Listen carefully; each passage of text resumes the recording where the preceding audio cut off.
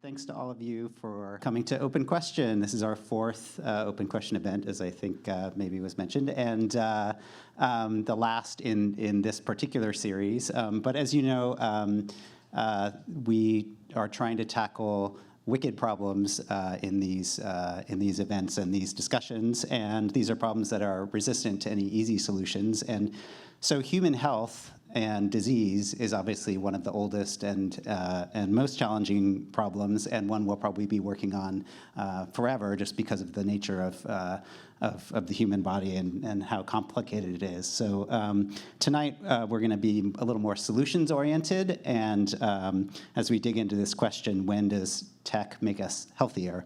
And so just to focus that question a little bit more, we're not going to be talking so much about all of healthcare technology, because that's a huge field, and we all know about hospital treatments that we've had, like MRIs and CT scans and laparoscopic surgeries. But tonight, instead, we're going to look at more personal health technology and things that we might have with us every day that help us to improve our health and well-being. And so, I mean, how many of you have your step counter, right? Your phone on you counting your steps, or a Fitbit, or something like a sleep tracker, right? These are kind of the beginning of this kind of technology. And everyone has taken a home COVID test, which is another way of thinking about technology that you might carry around with you. And so these are old news, and so I think tonight we're going to be hearing from panelists who actually will show us some of the latest advances in personal health technology, including things like a prosthetic hand that is beginning to feel almost like a real hand, a tattoo that can respond to your blood sugar levels, or a vest that can sense anxiety and help you to calm down. So with that, I'm going to invite our distinguished UC Davis panelists to join me on the stage, and if you can give them a round of applause as they come on out.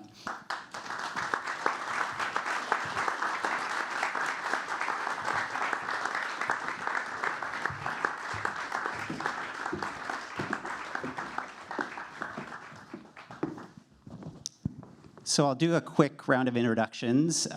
So just to my left here is Alyssa Weekly. Alyssa is a clinical neuropsychologist and an assistant professor of neurology at UC Davis School of Medicine. She studies dementia and cognitive rehabilitation, and she helps people with dementia and their families by developing remote caregiving systems. And then next is Katja Vega.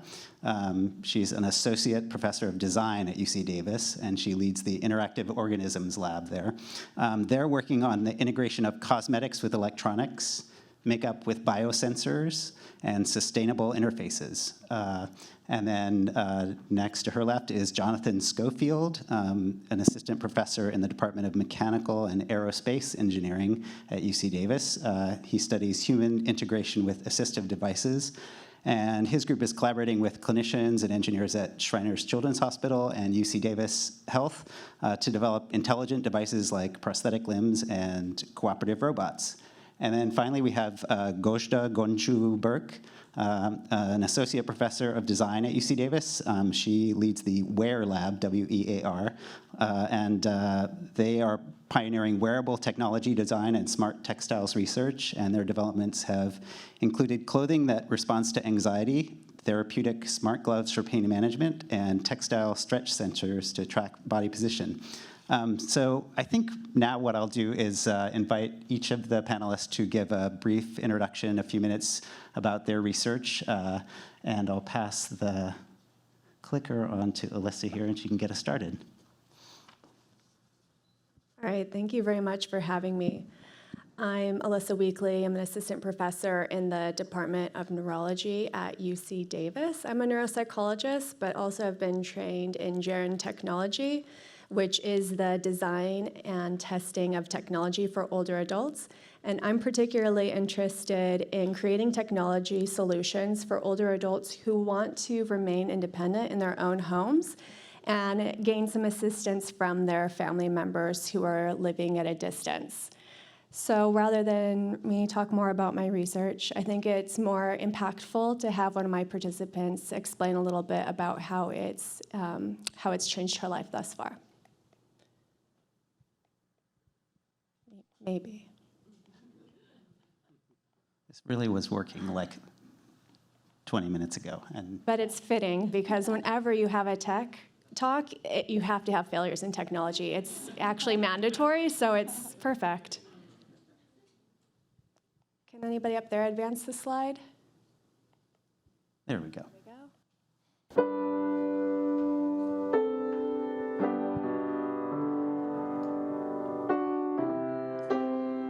I'm Leanne Patton, and I have memory problems due to a deficit of oxygen during surgery many, many years ago.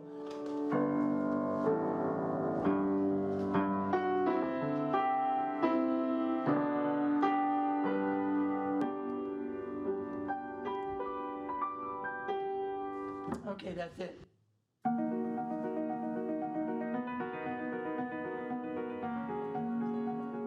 Eye care is really actually designed to help the individual who has cognitive impairment and their family members who become remote caregivers.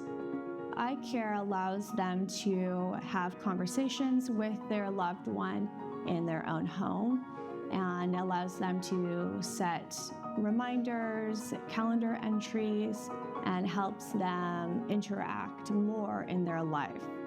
So within the individual's home, what we have set up is an all-in-one computer system. That computer stays on at all time and is in a prominent location within their home. This helps you with kind of preserving that memory and being able to look back at it later on. In addition to interactive care, we have partnered with researchers at UC Merced who have developed these vibration sensors that unobtrusively collect information about activities within a home without any video or audio information.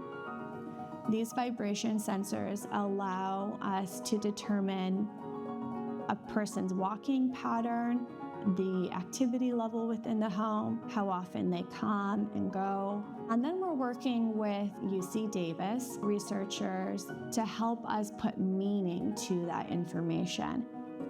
I may not know that my mind has gone off the rails and I've said or done or gone somewhere that I shouldn't have.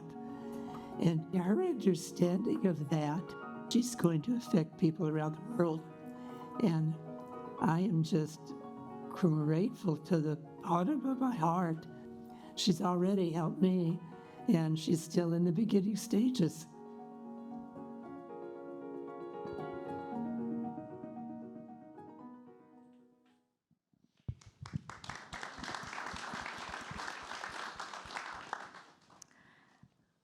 Very impressive work. My name is Katia Vega, Associate Professor in the Department of Design and also a member of the graduate group in Computer Science. I'm here actually to represent the work from my lab and my group that are over here, that we work with wearable devices in different kind of substrates and with different kind of technologies. Our aim and the projects I will show you more are to understand information that you usually don't have access to and we have in our body fluids, like in our saliva, in our tears, in our sweat. And some of these projects involves thinking about how we modify the body and how we rethink about different kind of aesthetics that we daily use. One of them are these tattoos that they change colors with your biodata. We were using glucose, sodium, and pH as biosensors, probably similar as all these test strips that you probably already test at some point, maybe some COVID now that we're more familiar with these kind of biosensors that they change colors and reveal information from yourself. And instead of thinking and going to the doctor or to have some lab exam, what if we could rethink about how tattoos exist in kind of like a static way, and we could create dynamic ones by changing the colors of them with your metabolism. And way, and this was kind of like one initial project as a collaboration with MIT and Harvard Medical School that led us to rethinking other kind of substrates to incorporate this kind of biosensors. And this is another project, and it's actually a lipstick I'm wearing right now that is I change color with your pH levels. This project is called BioCosme. And we could think about how makeup in general, and we're calling all this area of biocosmetics interfaces, on how your cosmetics could actually react and reveal information from your body or with fluids that you are interacting with. I could show you probably later if you want to do a fast live demo on how my lipstick is actually showing my coffee that is actually a little more basic in color right now. And the goal of the lab is to rethink about the different ways we could understand these kind of informations going for non-traditional wearables in the way of tattoos or lipstick or dental braces, this kind of ligatures or jewelry. And currently, Shuji-san is still in work of animal biosensor computing with a litter box. So how we could have information from around us and be revealed in terms of colors or in different electronics to have a continuous way to monitor your body. I'm happy to answer questions later.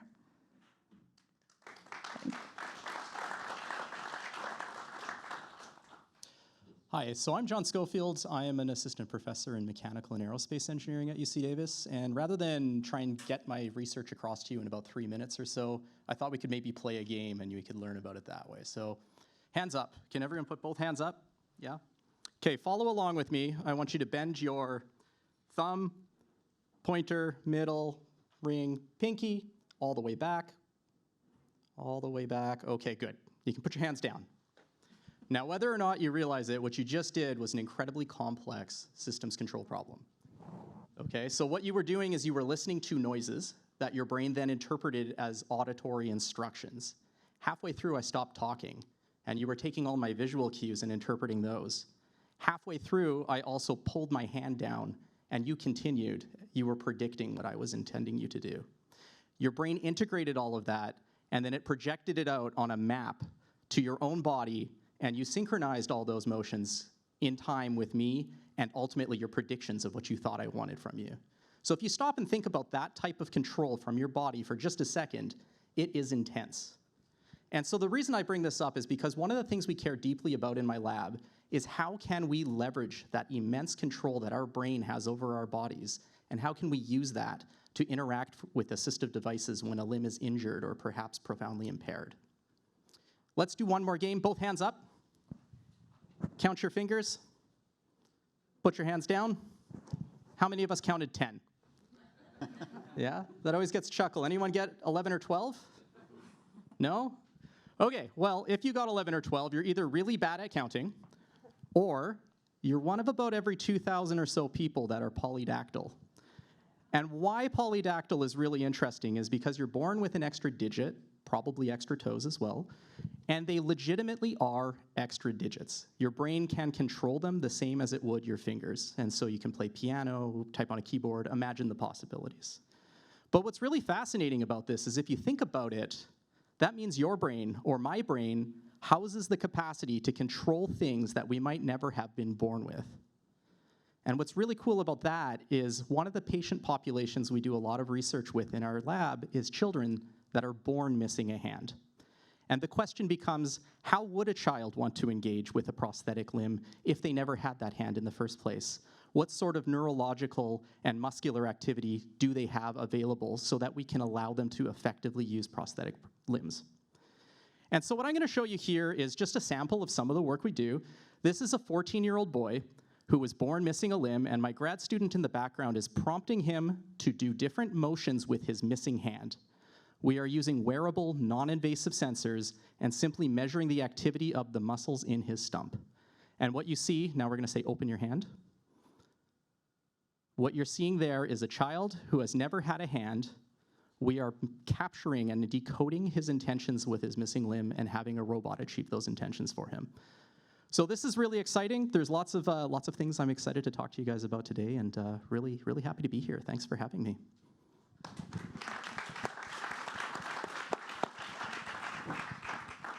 Amazing introduction, John. Is my mic working? No, not yet. Mic,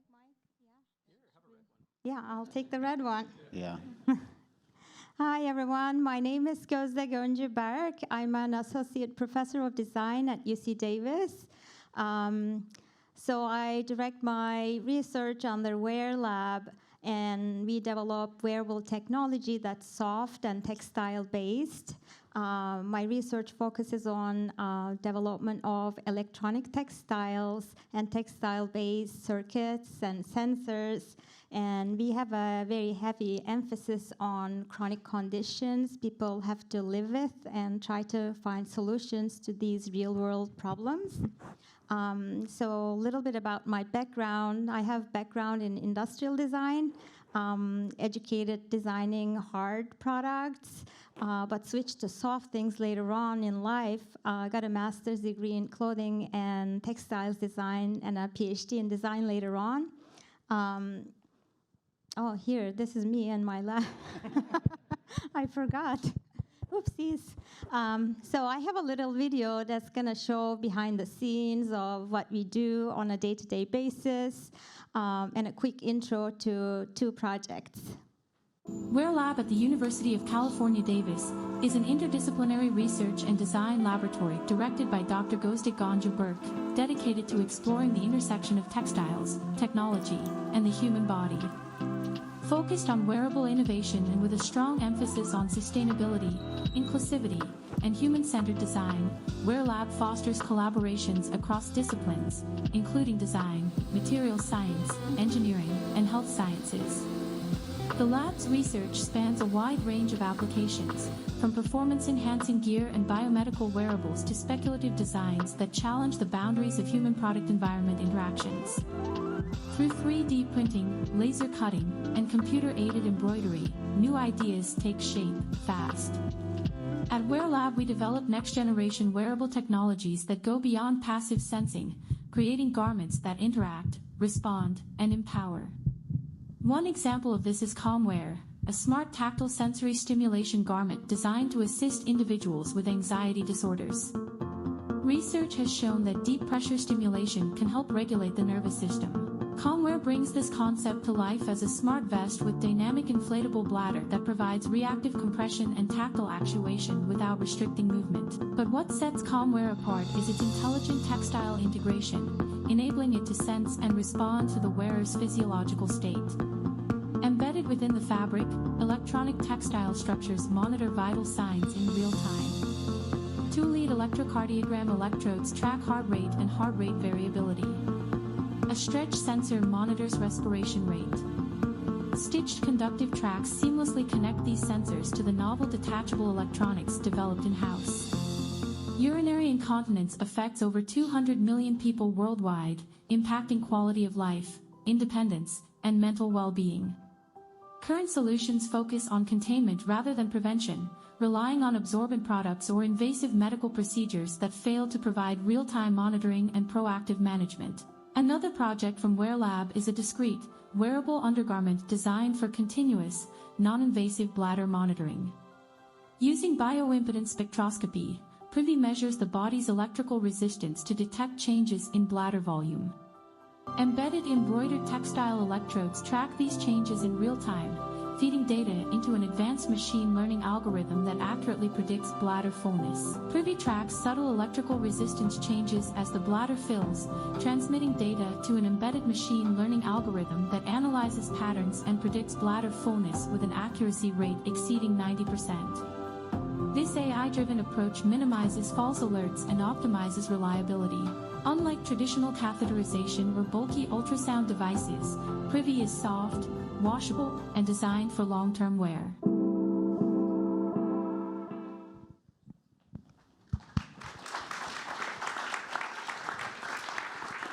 This is really wonderful and really, really cool stuff to see. So thank you for sharing. And it all, on screen, it's all the projects are all finished and they're all working well, and anyone who's ever designed or developed anything knows that that there's a long road to get to a slide deck like this. And so I wondered if each of you could share a little bit about what your challenges were along the way to developing these systems, and kind of how you overcame those along the way. So, and we'll just maybe go down the row again. So every product starts with an idea, and that idea needs to be conceptualized, and you need to have some initial testing, and then you need to get preliminary data, and then you need to apply for a grant, and then you need to get the money, and then once you get the money, you actually get to start to do the research. And that's a long road in academia from the start of an idea to when you can actually start testing the idea.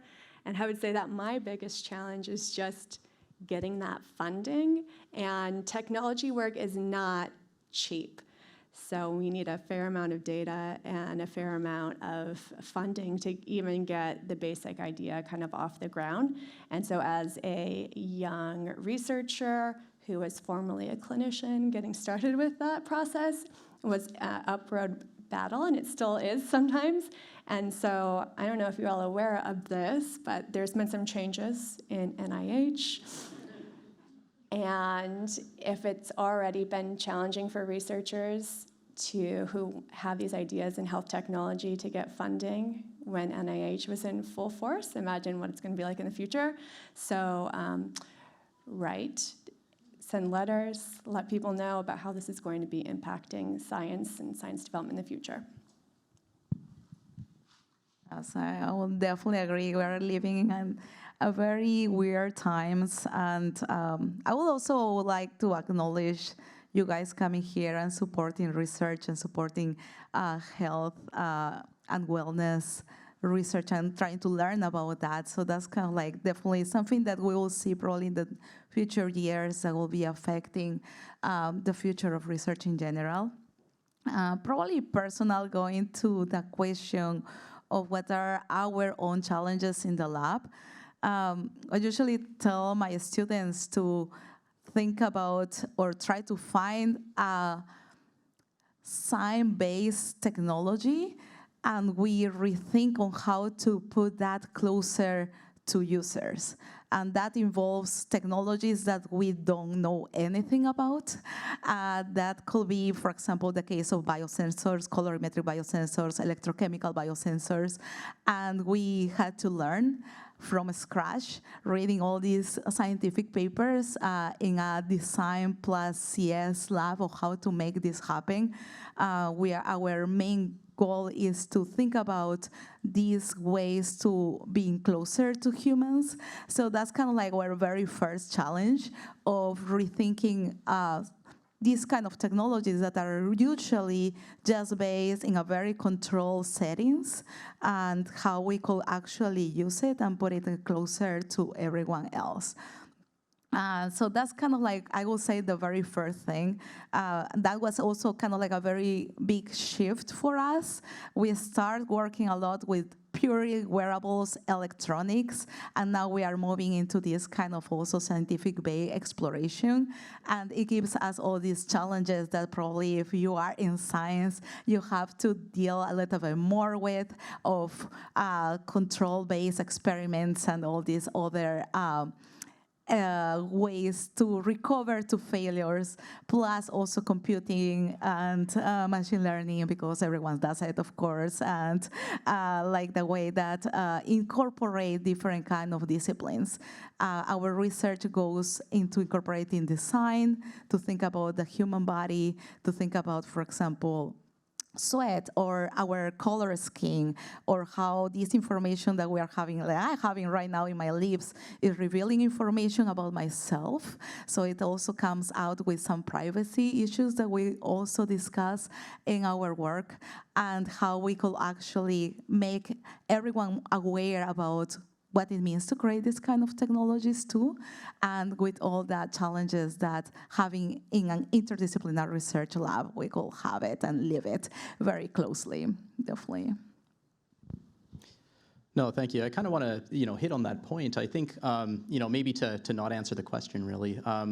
One of the things that I think is challenging for the field, and something that we've been very fortunate in the laboratory to be able to build, is the interdisciplinary aspects of it. And so, especially being someone that's formally trained as an engineer, you do have to recognize that you don't have all the answers. And if I was to exist and operate in a vacuum, the scale of the challenges that we're interested in addressing and interested in tackling just would not be something we could do. And so this idea of being able to interact with clinic, to be able to interact with neurologists and neuroscientists, able to interact with patients and actual users, and to have everyone come together and provide their lived experience, their perspectives. It's so critical to being able to answer some of these large, grand challenges, which I guess is kind of the theme of what's going on here.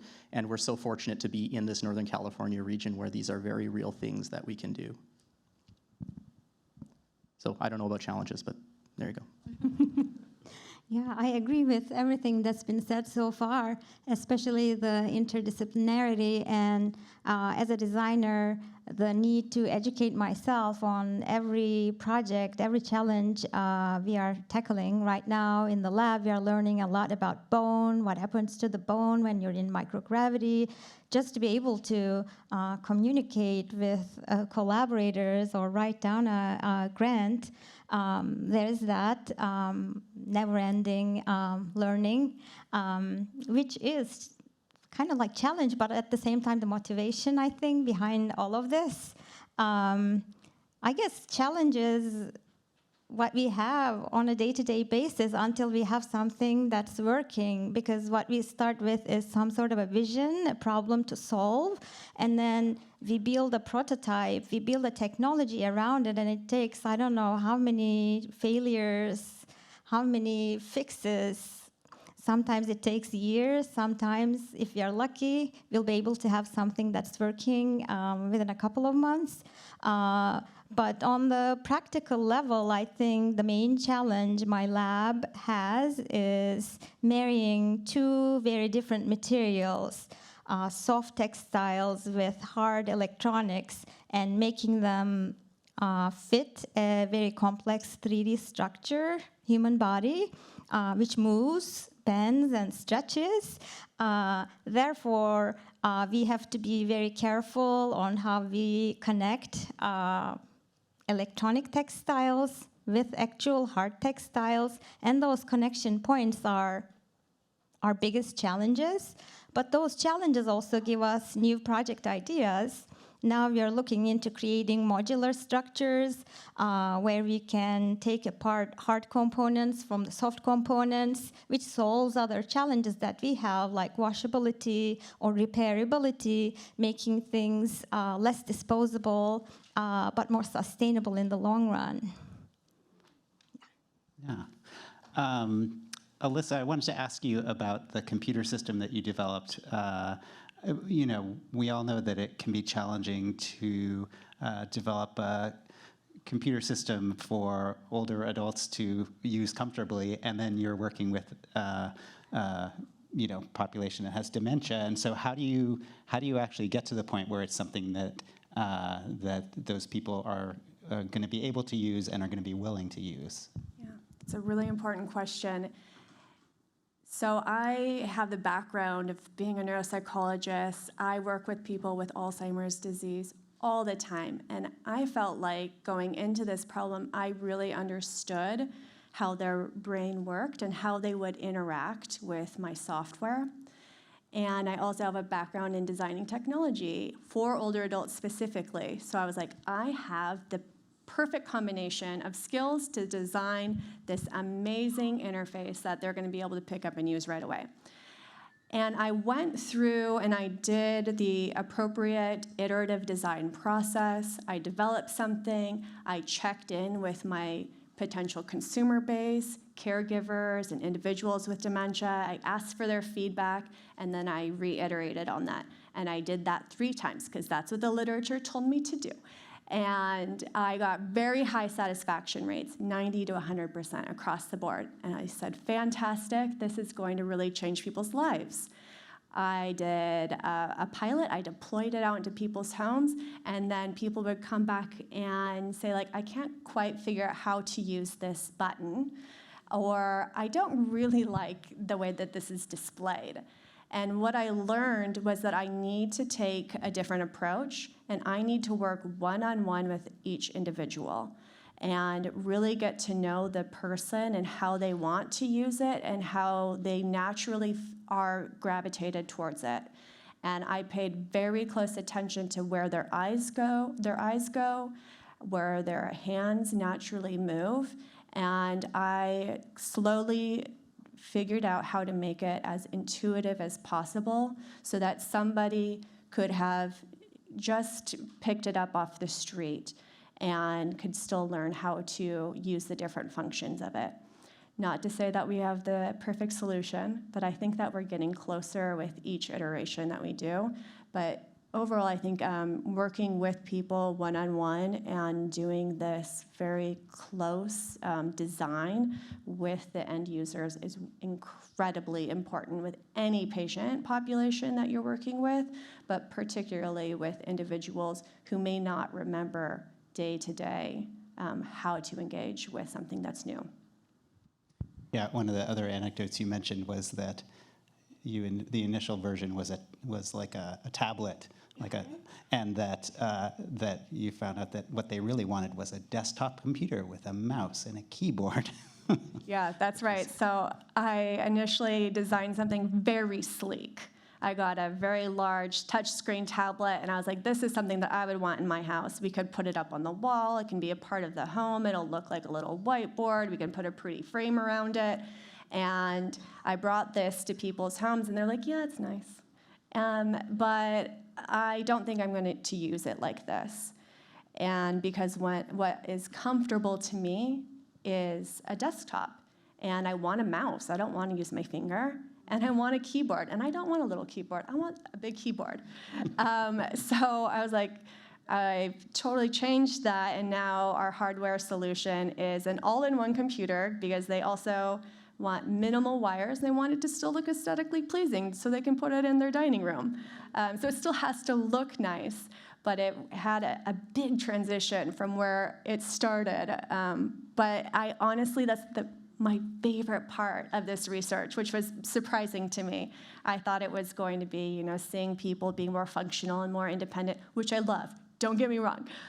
But what's been really fun is the surprises that I've got to uncover along the way and what I thought was going to be a great solution and being surprised when it wasn't. And I think it's so clever that I'm learning from this amazing population. So I want to make sure we have some time for questions from all of you. So if you haven't yet, do jot down a question, and we'll go around and be collecting those, and then they'll hand me up a couple to ask to the panel. So meanwhile, let's see. Jonathan, I wanted to ask your lab. You talked before about that there's a really, you work a lot on the relationship between the person who's getting the prosthetic and the prosthetic itself, and it seems like it's kind of about integration, like integrating that thing almost into the self in some way. Is that kind of an accurate way to talk about it, or?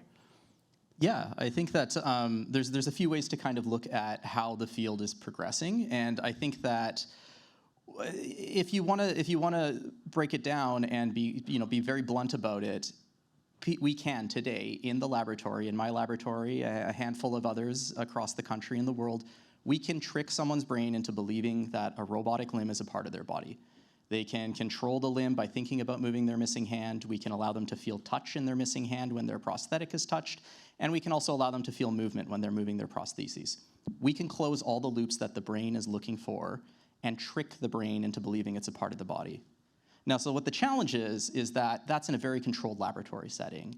And when you go out into the real world, the way you might engage an object or you might handle yourself or how you might be moving, the context changes, things are moving, things are dynamic, and it's always shifting. And so the idea of actually integrating this machine that's strapped to your body and tricking your brain into truly integrating it as a part of the self is an incredibly complex thing to do out in the real world, where you really need to achieve some meaningful fidelity between yourself and the machine. The communication needs to be spot on. And so I think there's a few things. Yeah, that's absolutely the goal. It would be amazing if we could truly provide a replacement limb and not a machine that is strapped to the body. But there's also a moving goal in terms of what the patient might actually want. Some people truly do want that, especially for a hand or an arm. Some people want to be functional, want to use that as a piece of themselves, control it like it's themselves. Some individuals don't want that. Some individuals are happy with a hook or a passive device that looks very convincing so they can go out for a social night with their friends. And so I think we have to really, it's exciting to think about bionic replacement body parts that function just like the real limb. But we all, as scientists and as clinicians and as everyone else that's involved and at the forefront of this technology, we have to be very cognizant.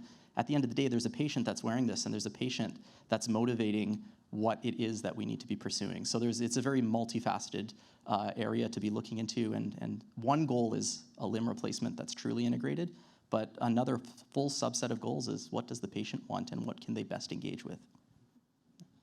Yeah, that makes sense. Gözde, I wonder if you could talk a little bit more about the vest for anxiety, and just that's an interesting kind of a device, and it seems, I just wonder if you could tell us a little bit about how you went about testing that and what kind of the response was. Like, how does that actually work with people? Yeah, great question. So that was a project that we completed during COVID lockdown, so it kind of felt really timely. We were feeling all anxious, and I had this idea in my head forever, and then I happened to find the funding and the right type of collaborators. So what's special about the vest is it provides deep pressure, deep tactile stimulation to calm the nervous system down, but it doesn't do it in a static way like a weighted blanket. It would respond automatically to your heart rate variability and your respiration rate, and when it senses your anxiety levels are high, it would respond by gently inflating a bladder that's on the torso, giving you almost like a gentle massage or hug-like sensation. And this dynamic pressure is also regulated based on how your vital signs change. It deflates or reinflates and helps you to calm down. So it took a lot of failures to get that point, but once we were at that point, it was like, okay, we have this, so what? Now, how do we test this? So I had a collaborator from UC Davis School of Nursing with a background in neuroscience and psychology. So we developed a testing protocol together where we had to make people anxious. On purpose. So our protocol involved having our participants give us an impromptu public talk on a really difficult subject, or they had to answer complex math problems under time pressure while wearing the vest. So we tested their vital signs with and without the vest to see its effects. And then we had them also to take pre and post surveys. So it was a very interesting learning experience for us, but not such a great experience for our participants, I must say. Let's see, do we have any questions from the audience? I can take a couple of those here, I'm sure. Okay, that sounds great. Okay. Let's see, so this is for all the panelists. What are the challenges for your inventions under the current American healthcare system? Does anyone want to take that? I'll dive on that grenade. No, it's a contentious issue. It really boils down to, so there's an advanced prosthetic hand. that is able to move all of its fingers and make different grasping patterns has tremendous potential for individuals that use them. You can imagine moving from a grasper or a hook to being able to do different grasping patterns means big differences in the way you can interact with objects in day-to-day life. Each of those hands on the cheap end is about $18,000 up to about $50,000, just for the hand, not for the prosthetic fitting services, et cetera, et cetera. And now it becomes insurance providers that need to be willing to cover it, which then puts the proof on between the patient, the physician. They need to work to prove these things are going to benefit them, and so on and so forth. So one of the things that we always are aware of in our field is that given the healthcare climate and the way that healthcare services and assistive devices are covered from an insurance perspective, just because we might have the most advanced, beautiful hand that could be amazing and do everything a hand could possibly do, it might not actually get covered. And so insurance considerations are something I don't like to think about, quite honestly, but I think we have to think about when we're actually caring for the patients. So, bit of a rant, I don't know. Let's see. Here's another one that says, how do you deal with user error, especially coming from non-scientist users who might not understand the underlying mechanisms? I can talk about that. So I think that user error is very telling. And for me, it tells me that I can redesign this in a more intuitive way. How can I take the error that I just saw or observed and modify it so that that error doesn't happen again?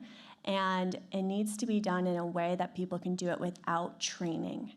That is something that I've learned over time. So user error is, I think, a window into opportunity. I may just go to, okay, here's one about the tattoos, Katya. So specifically, they asking, how long do the tattoos work? Does the sensory part of the tattoo have to be refreshed? Oh, okay, yes, that's a great question, because I think with the time, didn't have time to explain it with detail, the test and the evolution that we had with that project. The project, we had it as a proof of concept, so unfortunately I cannot make a tattoo for you guys today. We were evaluating this different kind of biosensors that can be possible use as a tattoo, involving colorimetric, changing colors of fluorescent, changing the intensity of the fluorescent. We were using an ex vivo model, that means pig skin, to tattoo and to understand how deep those inks could go, and that it needs to be staying in the dermis, to interacting with the interstitial fluid to provide some kind of information. For having, in terms of durability or refreshment, there is, of course, some kind of test that we always also do, even in that test that we do, for example, for the lipstick project or other projects we are doing, we always need to test, have to do reversibility test. So how many times these colors could be changing every time you have a different kind of information going on. Let's say you change your metabolism, you have some fluids on the top of the tattoo or on the lipstick, and that could be changing its color. So there is still a lot of research that needs to be done. Probably going into living cells needs to be kind of like the next step. Something that it was, I would say, very revealing for our lab when we started that project with the tattoos was that when we think about tattoos, probably you could think in a specific population. And I received hundreds of emails of people that probably unexpected ways that tattoos could be used. I received an email from someone that is, for 4 years old, was tattooing themselves, using these glucose devices and inching themselves every time to have their information. And he was telling me that I would like to have a tattoo. I never had a tattoo, but with a tattoo, I could have information from my glucose levels. Or a parent with 2 years old telling me that I really need to know that the glucose levels of my child that is diabetic type 2. And that was something for us very revealing, to try to think about ways we modify the body, but now as it's very close and intimate to our body and our fluids, how that could be a way to control and monitor yourself and your body. So I think that it gives us a lot of information to think and to rethink and to continue going through also this research. Thanks for the question. Sure. Yeah, so we're getting close to time here, so I'm going to just do one more question for that each of the panelists can answer to wrap us up here. So I wanted to kind of do a little bit looking forward in the future and kind of thinking about what is your vision sort of for your research, or your hope for what you might be able to, problems you might be able to tackle in the next, say, 10 or 15 years, and kind of what's inspiring you in the future. So we'll start with you. So with my technology, I want to integrate the sensors and information from the environment and to relay that information to the individual, to the people that love them, as well as their healthcare providers. And so we want to capture this information, use AI and machine learning algorithms to detect changes in their behavior and their patterns, and then predict what's going to happen in the future. My goal with this technology is to eliminate crisis-driven care, which is a huge problem in older adult populations in general, but particularly for older adults who have cognitive impairment, who are living alone, who are not aware of health-related challenges that they may be having, and may want to keep that information a little secret from their family members. And so what ends up happening is that intervention is done at a point of crisis. And I want to prevent that by employing this type of technology and a whole lot of other things. I want to incorporate all of this technology to really help people live independently and live good quality of life with dementia into old age, and really delay the disease course. If we can get people this technology and put it in their hands early in the disease, my vision is that will stop right there, and people will continue to be able to live independently despite changes that might be going on in their brain. Yeah, one of the goals we have in the Interactive Organisms Lab is to rethink the way we understand our body and how have access to our own information. That for you understanding yourself, you need to have other devices. So that's why we're kind of like trying to go one step farther into incorporating these kind of biosensors that allows to create a new symbiosis between the human and device. And that involves not just the group of biosensors we were exploring right now. So we could think about hormones, we could think about other information that we could given, for example, with mental health and cortisol levels. So we have a lot of information that is in our body that is not revealed. And our goal is to rethink on how we could have an ownership of that information to have more access and awareness of ourselves in general. So ideally in our explorations will be involving new different form factors that not just incorporate tattoos or lipstick or other cosmetics, but as a way to have a better awareness of our own self. Yeah, thank you. So I think kind of maybe a bit of a sobering statistic for our field is that a child who is born missing a limb is about 35 to 45% chance they will just not use a prosthetic limb. They'll leave the thing they were prescribed sitting in their closet. And if you start to actually ask why that is, and you start to look at what's going on, children that are using current prosthetic limbs are actually describing themselves as less functional when they're wearing the device than when they're not.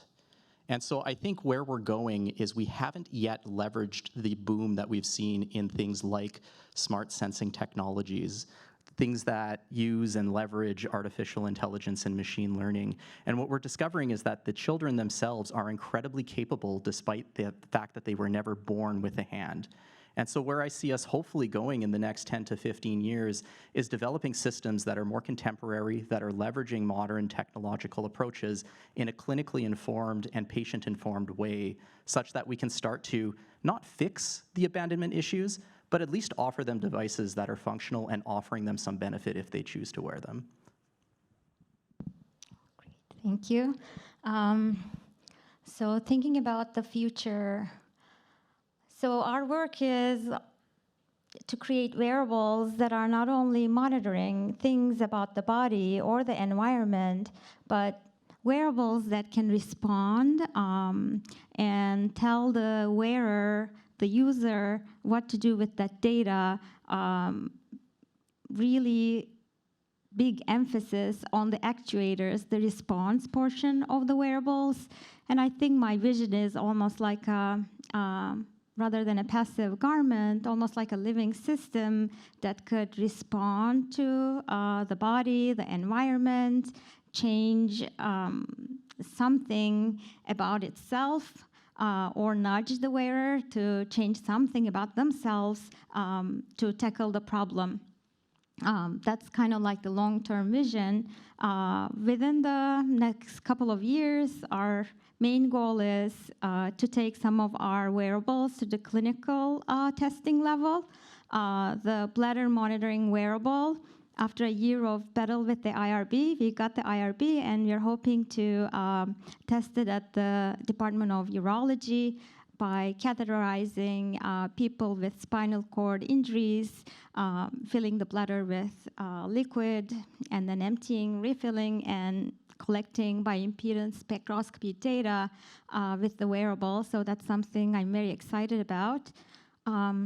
I guess we just get really inspired by so many things. So microgravity, outer space, our recent collaboration is a huge inspiration now in the lab, what happens to the body under those conditions. So we are learning a lot about bone and kidney stones, like monitoring those and responding to those changes, I think, are the next goals in the lab. Thank you. Thank you so much to all four of the panelists for really just fascinating and inspiring work that you're doing, and for coming to share it with us here tonight. And so if we could get a round of applause for our